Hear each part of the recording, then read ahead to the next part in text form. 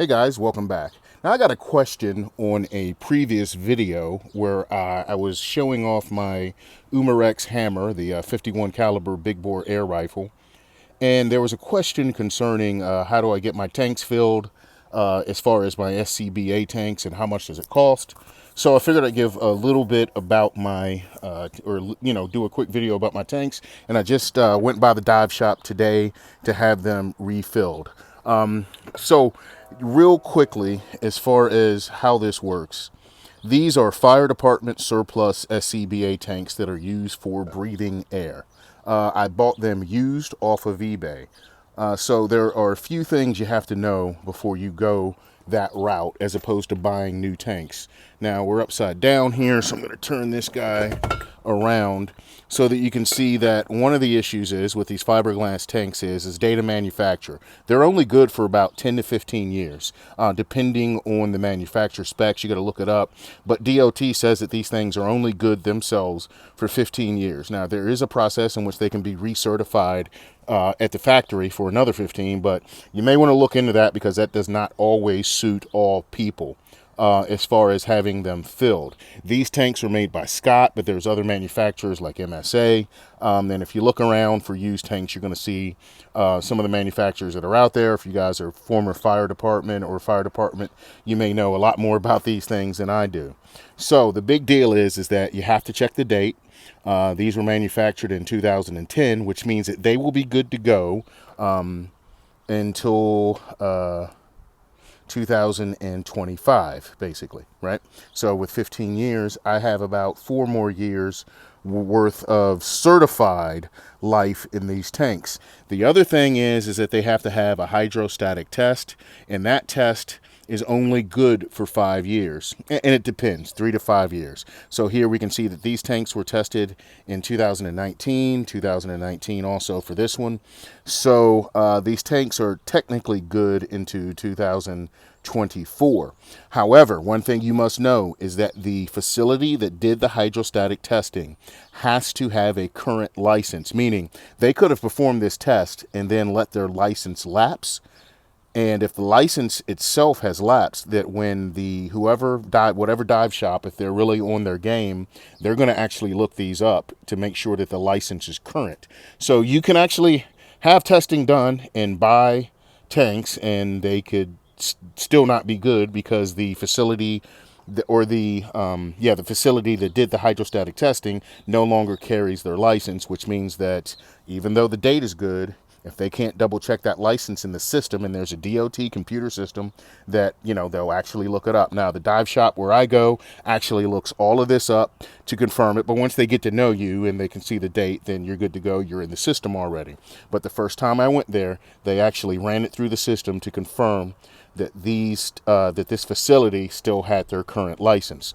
The only other aspect is depending on what type of setup you go with, and what your rifle takes or whatever you're using these for, you just want to make sure that your valves are good to go and that they will fit what you need. And in this case, these, when I bought them off of eBay, used the Scott, what they call the snap fit, or the quick snap fittings.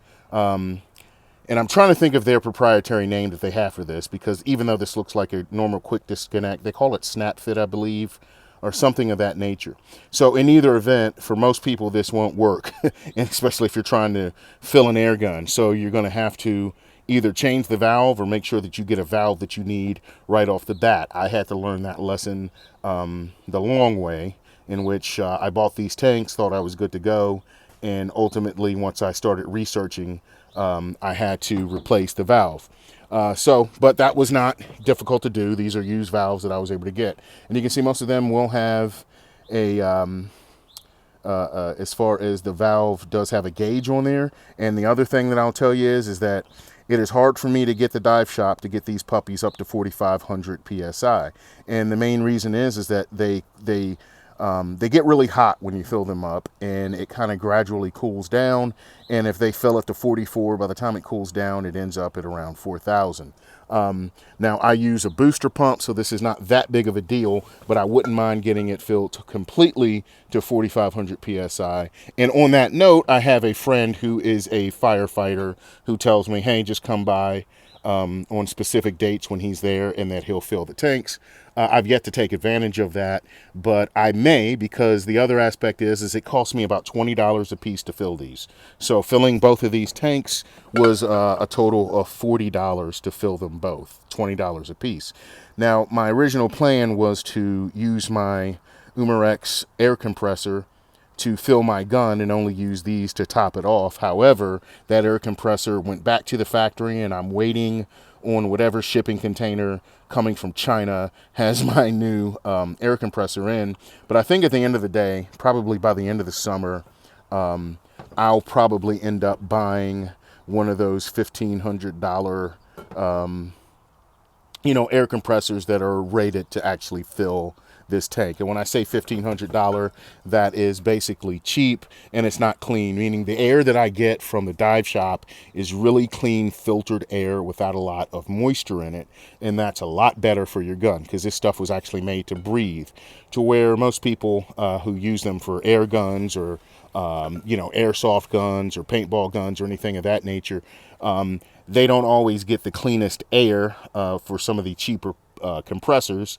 And it pays off to kind of put some filters in line so you don't get all kinds of oil and or any other moisture, excess water in your gun or in your gun's tank, because that's not necessarily a good thing.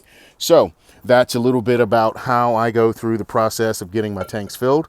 Basically, I bought used SCBA tanks off of eBay. I had to make sure that everything was good to go. Now, these tanks only have maybe at this point, a couple years of life left in them, until 2024. But hey, that's decent enough for me right now to have some fun. And I'll probably have another solution. Now, I'll probably continue to use these tanks long after their life or their official life. And because in that situation, I'm probably going to have my own air compressor that will actually fill these up by now. And you need a major air compressor. I have a pretty tall air compressor that I use to fill up the tires and all kinds of other things here around the homestead, but that will not get me to 4,500 psi. So, if you play with the big bore air guns, you're going to need to spend some money on some of the accessories, and it is not necessarily the cheapest hobby in the world. All right, so that's everything I know about tanks in less than 8 minutes. So that shows you how much I know.